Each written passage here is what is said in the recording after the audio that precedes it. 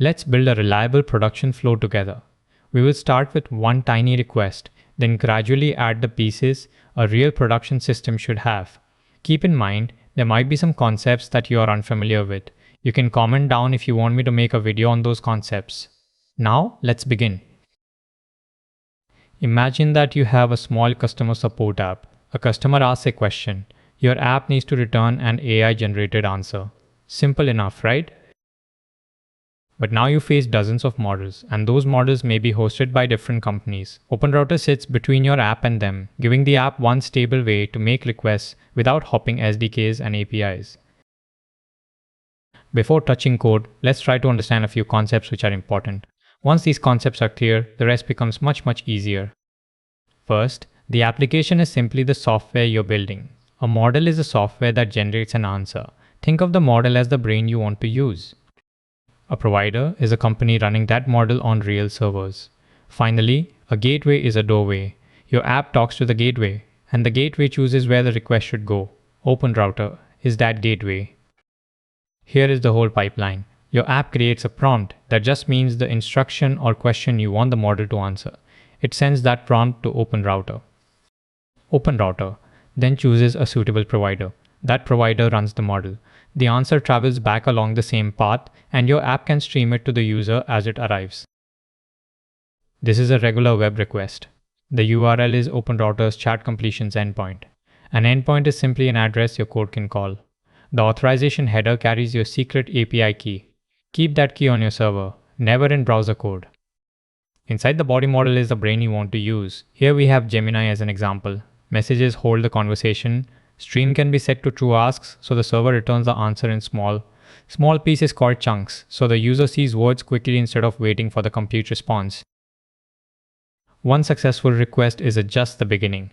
Production means the request should still work when traffic changes or one machine goes down. That brings us to routing.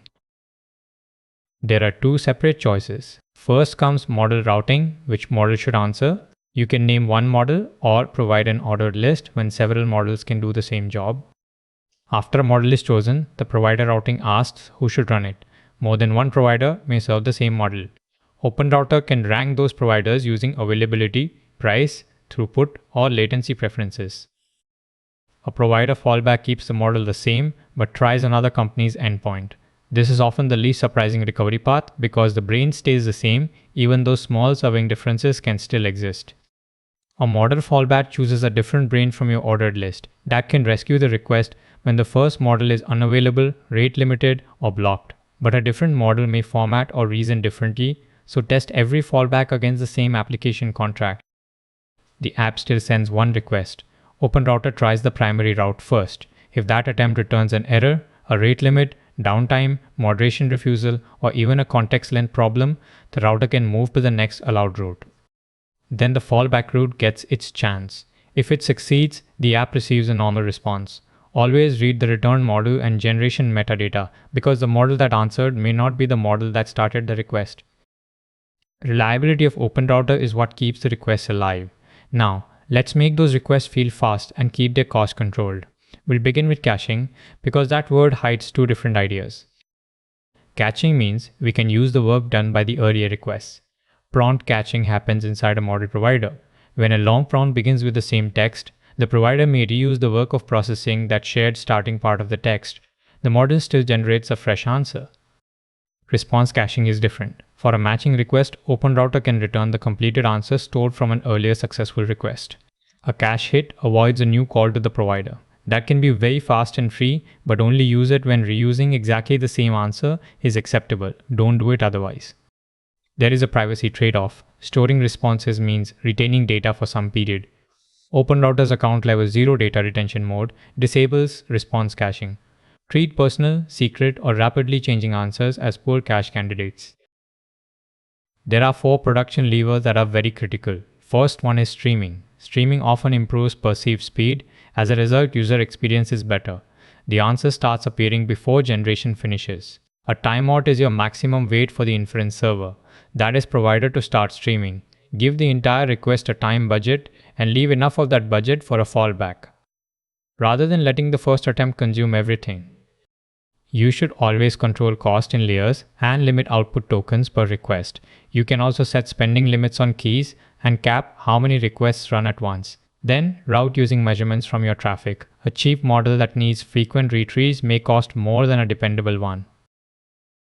A system is not production ready just because it worked once. You need to know what it did, protect the data it handled, and decide what happens when every route fails. The browser talks to your backend, not directly to OpenRouter. Your backend authenticates the user. The OpenRouter key stays in a server-side secret store, where a visitor cannot inspect or steal it. The backend also owns policy. It validates input, decides which models are allowed, limits output size, removes data you do not need to send, and rejects abusive traffic before it reaches the AI provider. Next step is privacy. This is where most of the systems fail. You should spend a lot of time at this stage. First, start by minimizing data. If the model does not need a field, do not send it. Then check provider policy. Different providers can have different logging, retention, and training rules, even when they serve the same model. For sensitive workloads, restrict routing to endpoints compatible with zero data retention. And remember your own system, privacy can still fail if your application logs the raw prompt, an API key, or personal information. Observability means being able to explain what happened after a request. Always give every user request its own trace ID. Store OpenRouter's generation ID beside it. Now one support ticket can lead you to one exact AI generation. Record the actual model, the provider, status, latency, token usage, and the cost. Watch percentiles, not just averages. Alert on error rate, exhausted credit, unusual spend, and fallback frequency. Never place full sensitive prompts in general purpose logs. Now the next stage is recover and fallback. But wait, recover and fallback are not the same. Some failures are temporary. Always retry them with exponential backoff so that each wait becomes longer, and always add randomness so servers do not retry together. Keep every attempt inside one total time budget. If a request can trigger an external action, make sure retrying cannot perform that action twice. But fallbacks do not guarantee success. When every allowed route fails, return an honest temporary error. Do not fabricate an answer or silently switch to an unapproved model. Give the user a retry path and keep the trace ID for investigation. Okay, we have done a lot, but how do you launch in production? I suggest to first define the job and the output your code expects. Choose only models that pass that contract. Second, test both the primary and every fallback provider as well as models with real examples from your application. Third, add guardrails, a total timeout, output limits, spending limits, secure keys, and the right data policy. Fourth, measure what users actually experience. Production. AI is not a one-time model choice, it is a feedback loop you operate. OpenRouter is no longer just a router. It has evolved into a whole ecosystem. Your production job is to make every choice around that doorway explicit, testable, and observable. I hope that you found this video helpful. Like, share, and subscribe so you don't miss the next production deep dive. Thanks for watching and see you in the next video.